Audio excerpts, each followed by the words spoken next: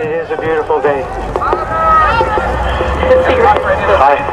I often say, when I say my prayers, Ajogan Kakoshe, which means that we're on a bridge of awakening. And we continue to awaken. We continue to awaken the spirits of the rivers and the land. And they respond to us. They tell us that they want to be protected, that they want to be looked after, because they're the ones who have shaped us. Our ancestors, what are their bones, if not the land that they lived on? This is who they are, and this is who we are. We are the land. We were made by the land. We were made by the waters that flow through the land. Our cultures sing the songs of the land, and this is who we are. I just got done doing 105 days in a prison, and I don't recommend it. You know, it's the one college you can go to, and in 3 months you can learn 4 new professions. But I don't recommend it. But you know, I take a lot of courage from people in the past that have stood up, Aboriginal people and other people from around the world. One of the people that I look to is that little girl who stood up on the back of a bus and moved to the front. When I think about her, if she could do it as a little girl, then by gosh, we can do it, can't we? Okay? The struggle that we face in Ardoch is a company that would like to take our land and turn it into an open pit mine. And we're at the top of the watershed that flows down to through a lot of little towns and right past Ottawa, which is still our traditional territory. And we're concerned about our own culture, we're concerned about our own people, but we're also concerned about our neighbors. Because one of the things we've learned at Ardoch is that we have to get along with our neighbors. When we put up a blockade to stop this uranium mine, and I've said this before, our non-Aboriginal neighbors, the settlers, they came to help us. They brought food to the barricades. Yeah, and we should acknowledge that. And they came and they sat with us. They kept our spirits up. They slept overnight.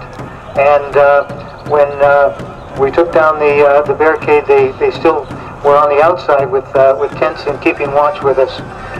So I have to give it a lot of praise to those non-Aboriginal people that stood with us. And when I was in prison recently, I went on a 6-day fast. And I fast every spring to cleanse myself and also pray for a vision of the future. I talked about this on Monday in a tape.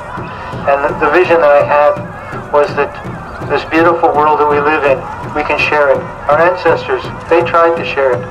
But it was so easy to take it away from us because our hearts were good and we wanted to share the land and we wanted to share the beauty of the land. Now it's time that we realize that vision and we learn to live at peace with everyone around us.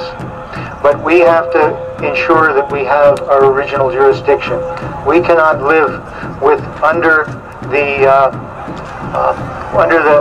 yoke of colonial Canada. I've said this before, that no political party, no government in Canada that supports colonialism is fit to govern. Not fit to govern at all.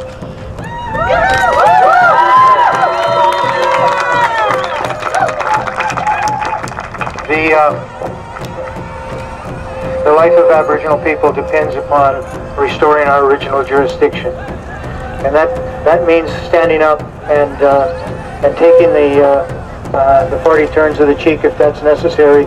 It's standing up and protecting our land and not letting it be exploited any longer.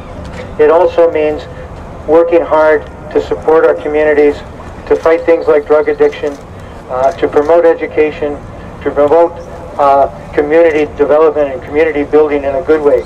And I'm not talking about making ourselves rich. I'm talking about making ourselves rich in culture, rich in the good things that we enjoy in life. That's what's important to me. I'm in my 60th year now, and I look at this point in my life back over the changes that have happened. When I was a boy, people didn't even talk about rights. And when I was a young man, Harold Perry, an elder in our community, he said, you know, if we don't do something in our time, we're going to be the ones to blame. We can't blame the old people for losing the land. We can't blame them for letting go of the language and the customs because the racism was so bad. They didn't have any money. They didn't have the kind of education that would help them compete. But today we do. And if we don't do something, then we're going to be the ones to blame. But beyond that, we need to bring health to our communities again. And that doesn't just mean having pride in ourselves. That means really becoming healthy, becoming happy and secure in who we are. So it's beautiful to see you today. We're on a bridge of awakening. May God.